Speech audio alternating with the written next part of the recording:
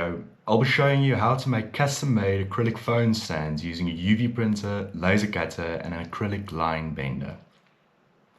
These stands are a major money spinner and you can easily print about 50 in an hour. The bending can take a little bit longer, but if you make a jig to bend multiple covers at the same time, you should be able to keep up with the printer.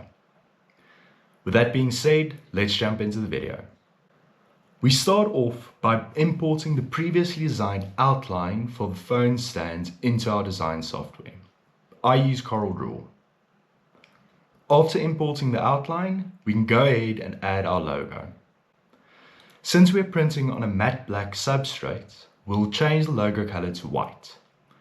I own a Roland UV UV printer, and according to Roland's color swatch, this grayish color you see here denotes the white. My printer is equipped with a primer cartridge, so I generally add in a primer layer to the artwork. This greenish color denotes the primer in Roland's swatch. Now that we're happy with the color, let's go ahead and add multiple copies of the stand to our file. Seeing all of the stands nested on the print file, I decided to change the color of one half of the print. Half of them will be printed in white, and the other half will now be printed in a clear varnish. The bluish grey color denotes the gloss according to Roland's swatch. Now that we're nearly done with the print file, we need to add in registration dots to prepare our cut file. Now that the dots have been added, we can select all of the dots and all of the outlines and copy and paste them into a new page to create our cut file. Although it's not shown in this video, I optimized this cut file by defining the cutting sequence of all of the vectors shown. If you guys are interested in seeing how this is done, please let me know by leaving a comment below and I'll make a video at a later stage to walk you through it. Now that our print files and cut files are good to go, we can move to the next step, preparing the material and printing. We're printing on a 3mm thick piece of matte black plexiglass.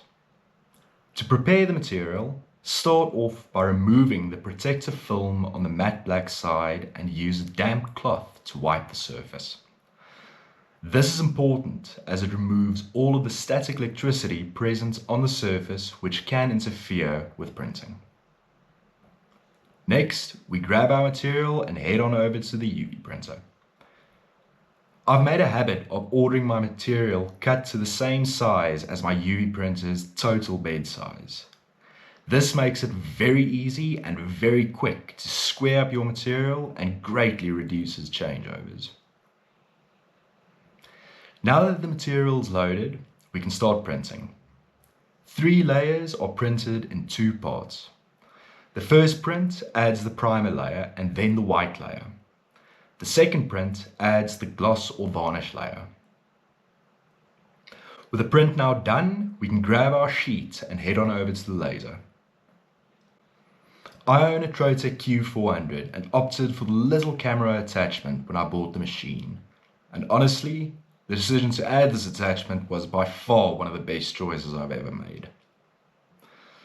As soon as you run the cutting file, the laser head navigates to each of the dots and the camera does its job to ensure that the position of the cutting vectors are correctly registered in accordance with the registration dots. Once registration is complete, cutting commences. The cutting sequence displayed was chosen when the optimized cutting file was created. Now that the individual phone stands have all been cut out, we can gather them all together and head over to the bender. The final step is to bend the stands. We start off by removing the protective film on the back of the stands and then heating them at the designated positions. We start heating the second stand a few seconds after the first one to give ourselves a chance to bend the first stand while the second one is still heating. The first 2 bends of each stand is set at 90 degrees.